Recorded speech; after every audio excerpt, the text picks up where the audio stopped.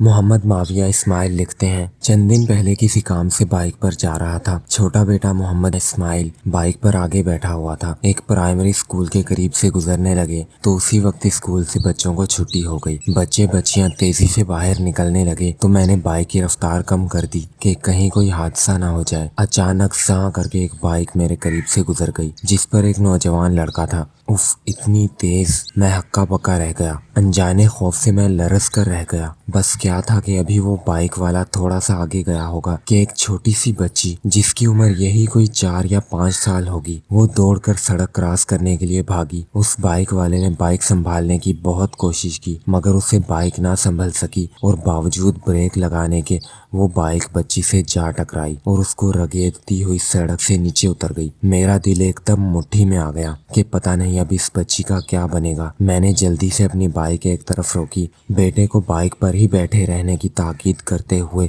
جلدی سے اس بچی کی طرف بڑھا۔ اتنے میں وہ نوجوان جو بائک والا تھا وہ بھی اٹھ چکا تھا۔ اس کو تو کوئی خاص چوٹ نہ لگی تھی مگر بچی بے ہوش ہو چکی تھی اور اس کی سفید وردی پر جگہ جگہ خون کے نشان ظاہر ہونا شروع ہو گئے تھے۔ چند لمحوں میں وہاں لوگوں کا ہجوم ہو گیا۔ بچی کو سنبھالنے کی بجائے ہر ایک اپنا اپنا موبائل نکال کر اس منظر کو اپنے موبائل میں قید کرنے لگا۔ میں نے ایک دو کو کہا، بھائی بچی کو میرے ساتھ مل کر سہارا دو، مگر کوئی آگے نہ بڑھا۔ علاقہ بھی دیہی تھا اور بچی کی کیفیت کی وجہ سے فی الفور ٹریٹمنٹ ضروری تھی۔ ایمبولینس کے آنے میں کافی دیر لگ سکتی تھی تو میں جلدی سے ایک کار والے کی طرف بڑھا جو اس صورتحال کو دیکھنے کے لیے رکا تھا۔ اس کو میں نے صورتحال بتا کر قریبی کلینک تک لے جانے کا کہا تو وہ سوری میں جلدی میں ہوں کہہ کر کار آگے بڑھا گیا۔ اس صورتحال کو دیکھ کر ایک دو کار والے اور بھی جو وہاں رکے ہوئے تھے رفو چکر ہو گئے کہ کہیں ہمیں نہ لے جانا پڑ جائے۔ مجھے بڑا افسوس ہوا۔ میں نے اس بچی کو بائک پر لے جانے کا ارادہ کیا مگر اس کی صورتحال ایسی تھی کہ اس کو بائک پر لے جانا کافی مشکل تھا۔ میں بھی اسی ادھیڑ بن میں مصروف تھا کہ میرے قریب ایک کار آ کر رکی۔ میں نے اس کار والے کو سارا مسئلہ بتایا تو وہ جلدی سے نیچے اترا، بچی کو اٹھا کر کار میں لٹایا اور مجھے کہا کہ آپ بھی بیٹھ جائیں۔ میں نے کہا، آپ چلیں، میں بائک پر ہوں، آپ کے پیچھے پیچھے بائک پر آتا ہوں۔ اس نے گاڑی روڈ پر چڑھائی اور چند لمحوں میں اسپتال پہنچ گیا۔ میں نے وہاں موجود علاقے کے لوگوں کو اسپتال کا نام بتایا کہ فلاں اسپتال لے جا رہے ہیں، بچی کا کوئی آئے تو ان کو وہاں بھیج دینا، ساتھ میں اپنا نمبر بھی دے دیا۔ اتنے میں اسکول سے کچھ ٹیچرز بھی باہر آ گئے، ان کو بھی میں نے بتایا اور بائک پر ہسپتال پہنچ گیا۔ بیٹا بھی میرے ساتھ تھا۔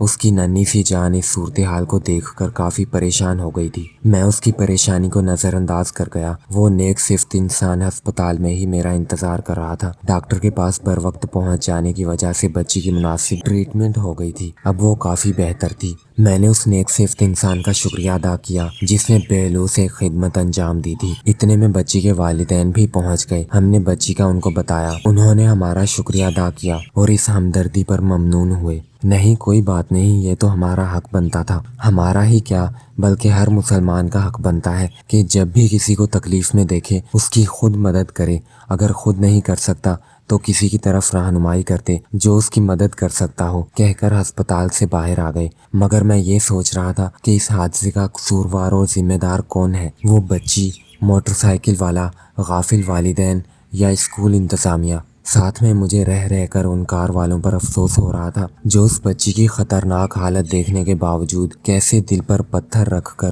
سوری کر کے وہاں سے چلتے بنے۔